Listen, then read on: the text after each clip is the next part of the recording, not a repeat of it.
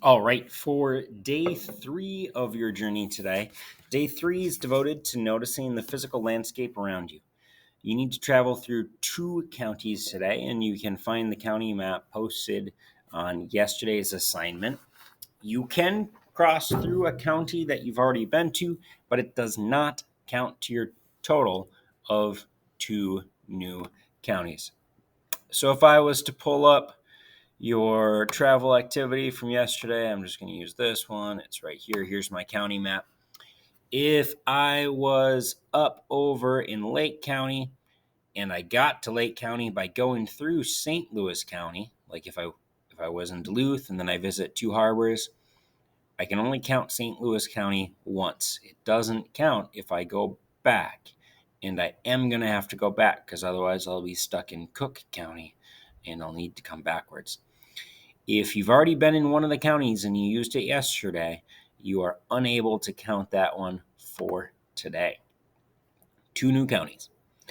Pay special attention to bluffs, rivers, valleys, plains, farm fields, forests, etc. These are physical features that you'll be describing inside of your journal. Things to remember in your journal today: what 2 counties did you travel to? Were there a few of the cities that you went to within those counties? And then to draw a picture of the physical landscape of each of the 2 counties that you went through. I'm going to do a little bit of a walk and talk here. I've got an example on the other side of my classroom. Find a city by a lake or a river. Remember, Google Maps could be a good tool for this. In your journal, describe what the city looks like and list 2 or 3 of the restaurants that you'd like to try. When you find one, click on the website list. What are some of the most expensive items on their menu and what are the cheapest? Take a look at your budget. Decide if this is the day that you would like to splurge. I'm going to go backwards a little bit because I've got 2 of my examples here. This is a nice one, and this one they've got 2. It's meant to be flipped, and so one of them is going to be upside down, one of them is going to be right. Let's take it off the wall and we'll check it all out. And this is describing the physical part of the landscape. So this one is Colton County or Carlton County, and then this one is St. Louis County up north. And you'll notice that it's more about the physicality of it than it is about what you see within the county. Today, you're then going to find a bed and breakfast near your city, and it has to be by a lake or a river. You're going to stay there for the night. It's been a lot of travel lately, and it's going to be nice to have a little bit of a bedtime that you can sleep with the sound of water.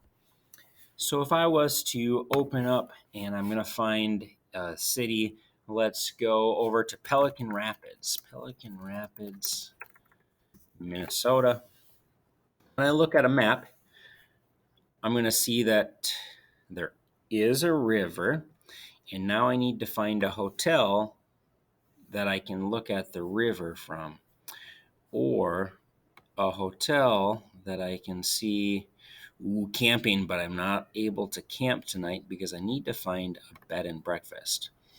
And I'm going to see if there's any bed and breakfast. Now, the difference between a bed and breakfast and a hotel: a bed and breakfast, typically, boom, that looks good, allows you to be in a smaller environment. There's often a few different rooms.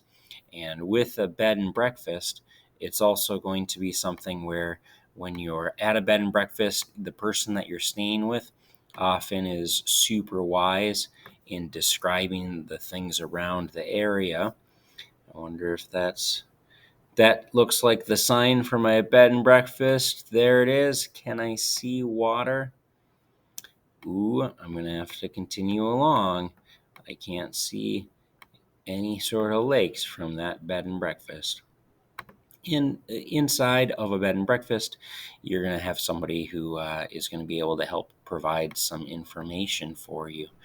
And bed and breakfasts often are in antique homes or mansions, and they're going to be in rooms with really, really cool history inside of it. So it looks like my Pelican Rapids trip, I might have to go all the way up into Detroit Lakes. And I know that having been in Detroit Lakes, a lot of these are going to be hotels. And so I might need to go onto my MnDOT Scenic Byways website. Now on the Scenic Byways website, if I find Pelican Rapids, it's going to be up near the Lady Slipper Byway. What I can do is sometimes on these websites, they'll provide a list of bed and breakfasts. This one, I'm lucky enough, this one has a whole website for it. Let's see if there's anywhere to stay, things to do and see. I don't see one right away that says bed and breakfasts, but it will tell me where things are. And I might then go Detroit bed and breakfast. You are probably going to spend a little bit more money today on a bed and breakfast. Here is one. Let's see, there's some TripAdvisor ones. Mulberry Row. Is that the same one that's here? It's a 2-star hotel, but it's got a lot of ratings. So let's see if we zoom in on my map here. Mulberry Row. I've been blocked. Well played. St. Peter Middle School. Let's see if they block me on my Minnesota page. They do not. It's a bed and breakfast. It looks like it's on the water, and it tells me my room rate. There's 3 different prices, 3 different types of room. Maybe my group will get the most expensive one. Maybe we'll get the smaller one. We'll also be able to see some pictures inside. So there's just 3 rooms, like we talked about, in a communal bathroom. And so that means that there's not going to be a bathroom inside of the area. And that's totally fine. Let's see if this will work. The first house, and it is right on the water. So it was not Pelican Rapids, but it does count for my bed and breakfast for today. There are at least 2 choices that someone could choose from. So I might talk about how in my travel log I went to one and I wasn't able to, so I had to go to the other one. Why did I pick Mulberry Row? Because I really wanted to sleep next to water tonight.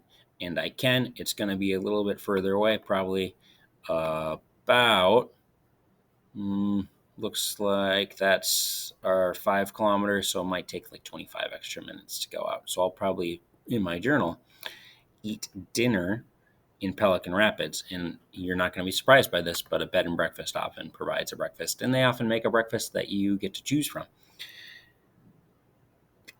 Describe why I picked it. Is it because of the price? No, it's because, well, partially because Pelican Rapids didn't have one easy that I could find. But once I get there, I can then Google areas and things to do around Pelican Rapids. Make sure you buy your breakfast, your lunch, and dinner, add them to your expense sheet, and that is how to complete day 3.